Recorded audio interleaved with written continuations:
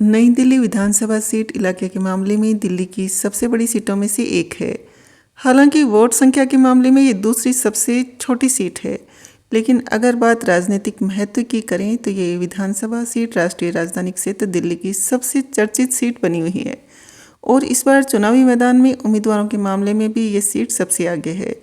कुल 40 उम्मीदवारों ने इस सीट में पर्चे दाखिल किए हैं, कुछ ने वापस ले लिए, कुछ के रिजेक्ट हो गए और अब भी 23 उम्मीदवार यहां से मैदान में हैं।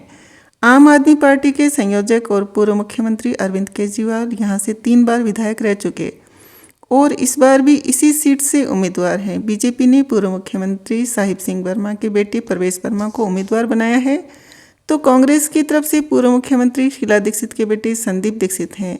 बहुजन समाजवादी पार्टी ने यहाँ वीरेंद्र को उम्मीदवार बनाया है। अगर पिछले 3 दशकों के इतिहास को देखा जाए तो जिस पार्टी ने ये सीट जीती है उसी ने दिल्ली में सरकार बनाई है।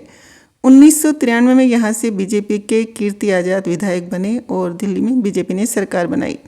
1998 में शीला दीक्षित ने ये सीट जीती और दीक्षित 2008 तक लगातार यहाँ से जीतती रहीं और दिल्ली की मुख्यमंत्री बनती रहीं। 2013 में नई बनी आम आदमी पार्टी के नेता अरविंद केजरीवाल ने शीला दीक्षित को यहाँ से हराया।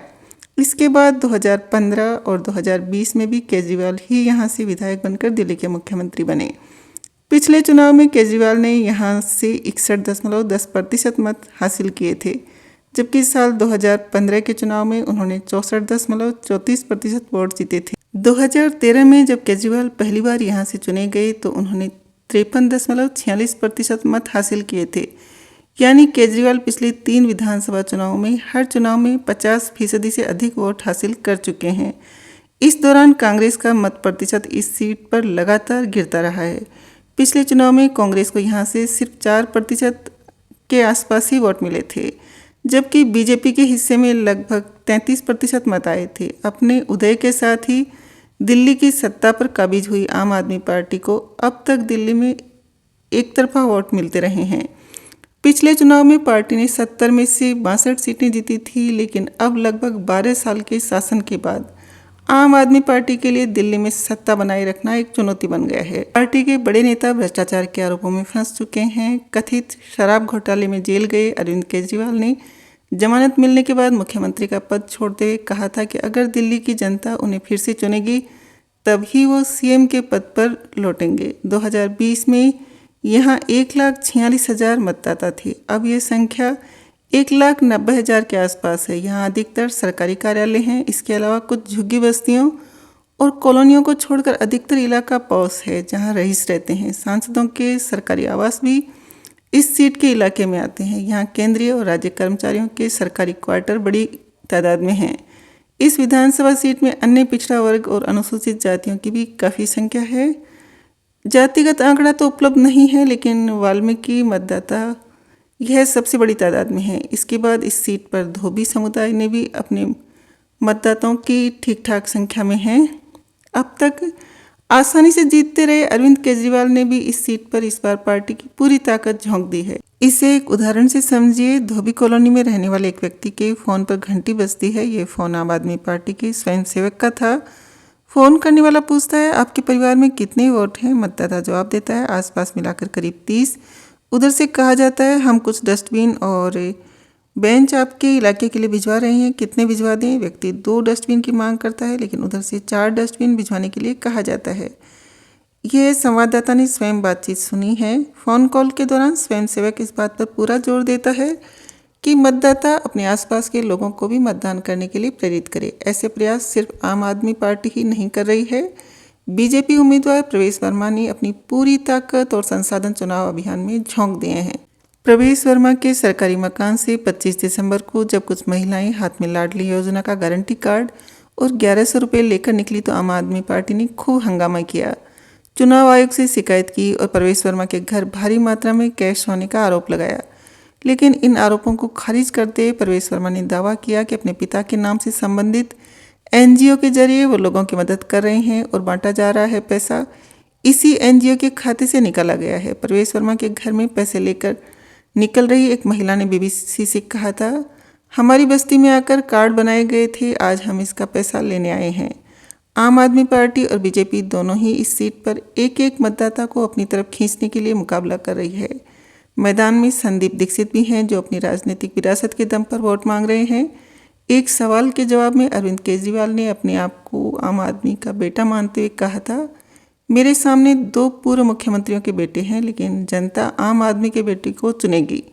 मंदिर मार्ग पर स्थित भगवान महर्षि वाल्मीकि मंदिर के विशाल परिसर में बैठकर ताश खेल रहे लोग एक स्वर में कहते हैं, अब तक यहाँ से केजरीवाल जीतते रहे हैं, लेकिन इस बार मुकाबला कड़ा है। ये सभी इस सीट के मतदाता हैं और वाल्मीकि समाज से आते हैं। हालांकि इन सभी से बात करके यह स्पष्ट हो जाता है कि हर मतदाता की अपनी अपनी पसंद है।